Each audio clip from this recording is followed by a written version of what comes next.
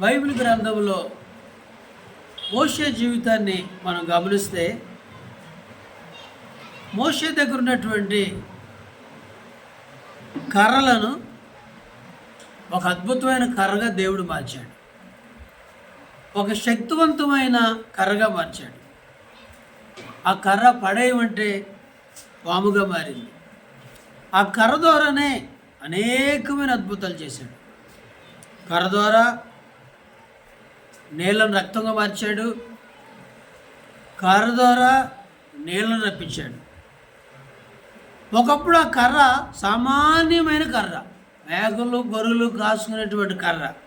కానీ మోషే దేవునిలో జీవించడం వలన మోషే దగ్గర ఉన్న సామాన్యమైన కర్ర శక్తివంతమైన కర్రగా మారిపోయింది. కాబట్టి దేవుని పిల్లలారా, దేవునిలో ఎదిగే కొలది మన దగ్గర ఉన్నటువంటి సామాన్యమైన వస్తువులు కూడా ఒక శక్తివంతమైన వస్తువులుగా మారిపోతాయి. రెండవది అహరోను కర్ర. అహరోను కర్ర దైవ సన్నిధిలో ఉంచినప్పుడు మిగతా కర్రల కంటే అహరోను కర్ర చిగురిచ్చి పువ్వులు పూసి కాయలు కాసినట్లుగా మనం చూస్తూ ఉంటాం. మరి మిగతా వాళ్ళ కర్రలు ఏమి కూడా చిగురించలేదు, పుష్పించలేదు, కాయలు కాయలేదు. ఎందుకని? అహరోను దేవుని ఏర్పాటులో ఉన్నాడని ఇది మనకి చూపిస్తూ ఉంటుంది. దేవుని ఏర్పాటులో ఉన్నటువంటి వారు ఎవరైనా ఎక్కడున్నా వాళ్ళు ఫలిస్తారు.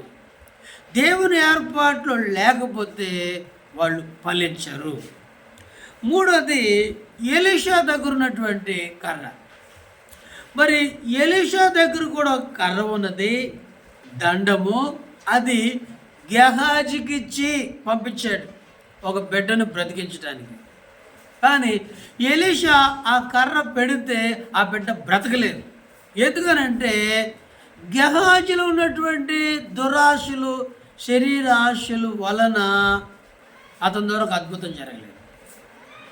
మరి ఎలీషా ద్వారా గొప్ప అద్భుతాలు జరిగినాయి. ఎందుకంటే అతడు ఆత్మీయతలో ఉన్నాడు, దేవునిలో ఉన్నాడు, దేవుని చేత వాడబడుతున్నాడు, దేవుని మాట వినేవాడుగా ఉన్నాడు. అందుకని అతడు అద్భుతం చేయగలిగాడు, కానీ గెహాజీ అద్భుతం చేయలేకపోయాడు. కాబట్టి మన జీవితంలో దేవుని యొక్క చిత్తంలో, దేవుని ఏర్పాటులో మనం జీవిస్తున్నప్పుడు మన దగ్గర ఉన్నటువంటి సామాన్యమైన వస్తువులు కూడా శక్తివంతమైన వస్తువులుగా మారి మన ద్వారా దేవుడు గొప్ప కార్యాలు జరిగించి అనేకులు రక్షణలోకి రావటానికి వాడుకుంటాడు.